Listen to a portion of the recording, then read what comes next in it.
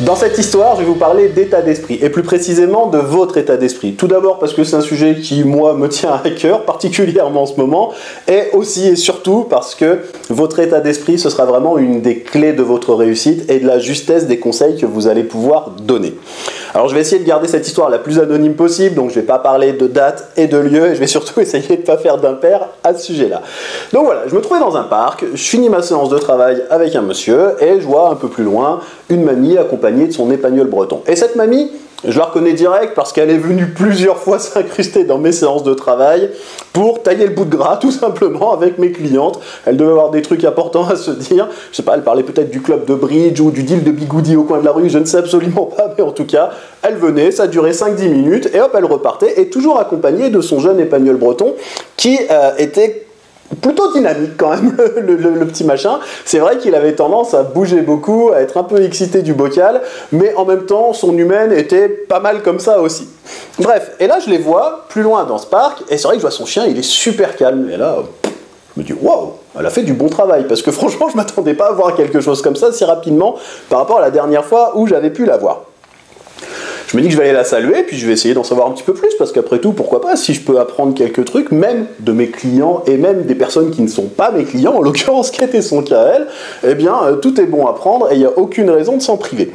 Donc, je m'approche, et plus mon côté, entre guillemets, admiratif se transforme en inquiétude, parce que vraiment, son chien, je vois à son attitude qu'il a la tête qui est tournée à l'opposé de son humaine, il cherche à la fuir, vraiment, il fuit le contact au niveau de sa tête, au niveau de son regard, à aucun moment il la regarde directement. Bref, je me dis qu'il y a un truc qui s'est passé entre eux, il y a quelque chose qui ne va pas. Alors moi, je ne vais pas la juger, je ne suis pas là pour ça. Donc j'arrive simplement vers elle et je lui dis que je remarque qu'il y a eu une évolution dans le comportement de son chien. J'utilise le mot évolution volontairement parce qu'évolution, ça peut être positif ou négatif. Du coup, je la culpabilise pas, je la juge pas, mais d'un autre côté, je renforce pas, j'encourage pas ce qui s'est passé. Juste, j'ai remarqué une évolution. Et puis je me demande un petit peu comment est-ce qu'elle a fait. Et là, elle me dit, j'ai vu votre collègue, franchement, ça a été génial. On a fait une seule séance et on a un résultat qui marche du tonnerre. Par contre, qu'est-ce que ça fait mal au poignet une séance avec lui? Alors là, bon, je vous avoue que dans mon esprit un peu saugrenu, j'ai eu plein d'idées bizarres qui sont passées, je vais vous les épargner, je lui ai épargné à elle aussi, et je lui ai simplement demandé de m'expliquer comment est-ce qu'elle avait fait. Et donc l'idée, c'est simplement de tenir le chien en laisse de façon assez classique, et avec l'autre main, de prendre une autre laisse, et de la faire tourner comme un lasso devant eux, de manière à ce que si le chien la dépasse, il prenne un coup de laisse sur le museau, ce qui va non pas lui faire mal, mais simplement le surprendre selon elle, et le remettre à sa place. Ok, bon alors là, zen, on reste calme, on dit trop rien, et puis je lui demande tout d'abord qui lui a donné ce conseil quand même, parce que j'ai besoin de savoir un petit peu sur ce coup-là. Et là elle me dit, c'est monsieur machin, j'ai réussi à garder son anonymat, vous avez vu. C'est monsieur machin, et du coup, il m'a dit de faire comme ça, et c'est vrai que ça marche bien.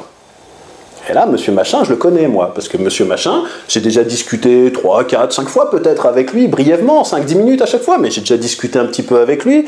Moi, il m'a semblé super cohérent dans ce qu'il fait, il m'a semblé doux, il m'a semblé respectueux, je l'ai vu travailler, puisque quelquefois on a travaillé dans des espaces communs, dans des parcs, etc. Très doux avec les chiens, très doux avec les humains, et même dans son discours, c'est presque... Enfin, en soi, voilà, si j'avais besoin, je pourrais le recommander, donc... Oh, là, je suis quand même pas mal surpris, quoi. Donc ce que je vais faire, c'est que je vais d'abord utiliser sur ce coup-là la faille qu'elle m'a donnée sur le coup de ça fait très mal au poignet, pour lui proposer une autre façon de fonctionner, sans du tout lui dire que ce qu'elle faisait jusque-là, c'était pas bon pour son chien, parce que c'est pas du tout mon but à moi, je suis pas là pour culpabiliser qui que ce soit. Je lui montre simplement une autre façon de faire en lui disant que ce sera bien mieux pour son poignet à elle, elle verra, il y aura des résultats identiques, et en soi, elle aura plus mal. C'est ce qu'elle a appliqué, je l'ai revu quelques temps plus tard, et en soi, ça allait très bien, et son chien s'était un peu remis de ses émotions. Bref, c'est pas ça l'histoire. Je continue ma vie, dizaine de jours à peu près, et là je suis appelé par une autre personne qui me dit simplement qu'elle a besoin que je vienne voir son chien pour un second avis parce qu'elle a fait venir un professionnel qui lui a conseillé d'euthanasier son chien parce qu'il faisait preuve, qu'est-ce qu'il avait dit, d'agressivité incontrôlée pour laquelle on ne pourrait rien faire. Enfin bref, en gros, le chien était condamné, piqûre et point. Ok, on prend rendez-vous très rapidement, j'y vais le soir même, j'arrive sur place, je suis accueilli par un pinscher nain, mais en plus un petit modèle de pinscher nain, donc vraiment un chien qui peut en soi représenter quelques dangerosités, mais pas de quoi quand même se précipiter sur une décision d'euthanasie.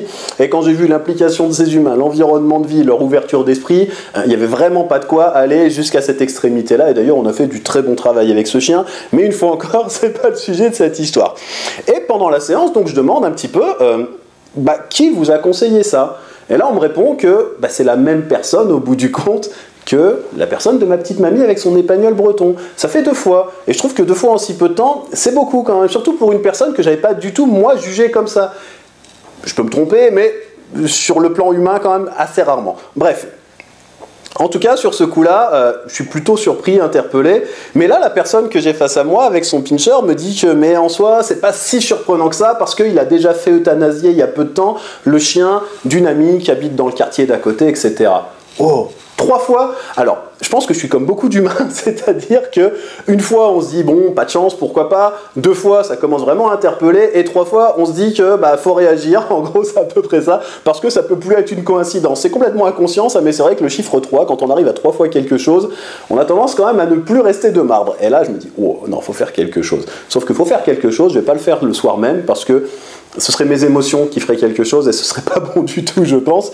Donc l'idée, c'est de prendre la nuit, de se reposer, d'essayer d'intellectualiser un petit peu la chose. Et puis ce que je fais, c'est que le lendemain matin, première heure, je l'appelle, tu te souviens de moi, blablabla, on avait discuté, etc. On a quelques clients en commun, est-ce qu'il est possible qu'on se voit? Simplement pour parler un petit peu d'eux, puis essayer de voir ce qu'il est possible de faire, voire de collaborer, pourquoi pas. Bref, on se donne rendez-vous l'après-midi même dans un troquet, et... juste quand il arrive, en fait, déjà juste en le voyant arriver, wow, il y a un truc qui va pas, il y a quelque chose qui allait pas. Ce type, en fait, c'était, je vais pas dire la caricature, parce que c'est péjoratif une caricature, mais on va dire le typique beau gosse qui prend soin de lui, toujours rasé de près, bien coiffé, super bien habillé, faire attention à être toujours bien propre, etc., qui se tient bien droit.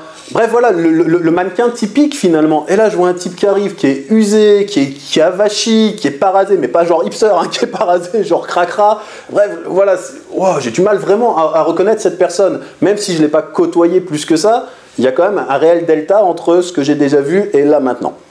Bref, on se prend une bière, on discute un petit peu boutique, et je vois qu'il n'est pas là, je vois qu'il y a un souci. Voilà, c'est pas... Bref. Non, c'est pas. Il y a quelque chose qui, en tout cas, moi, allume plein de petites alarmes dans mon esprit.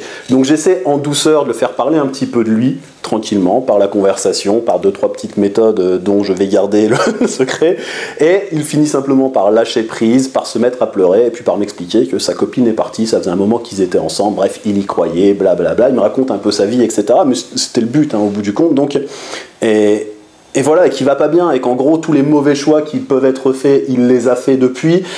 Toutes les mauvaises décisions qu'un homme qui vient de se faire jeter pourrait prendre, il les a prises depuis. En gros, il est au plus mal.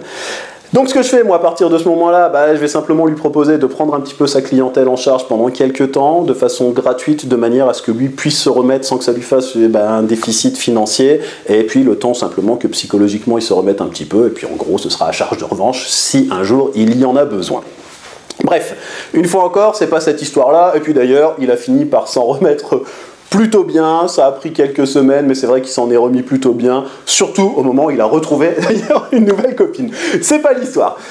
Tout ça, en fait, cette histoire, pour vous dire simplement à quel point votre état d'esprit est quelque chose d'extrêmement important quand vous allez devoir conseiller les autres. Parce que quand on conseille quelqu'un, même quand c'est fait de façon professionnelle, c'est jamais complètement objectif. Quand on conseille quelqu'un, ça va être le fruit de ce qu'on observe, de ce qu'on remarque, de ce qu'on analyse, mais aussi de notre propre état émotionnel, de notre état d'esprit.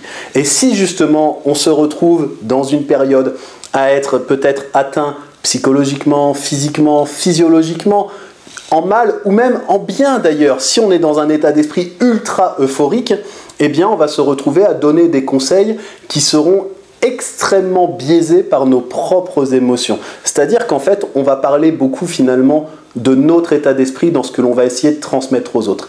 Et ça, malheureusement, ce sera toujours aux dépens des individus que l'on est censé accompagner.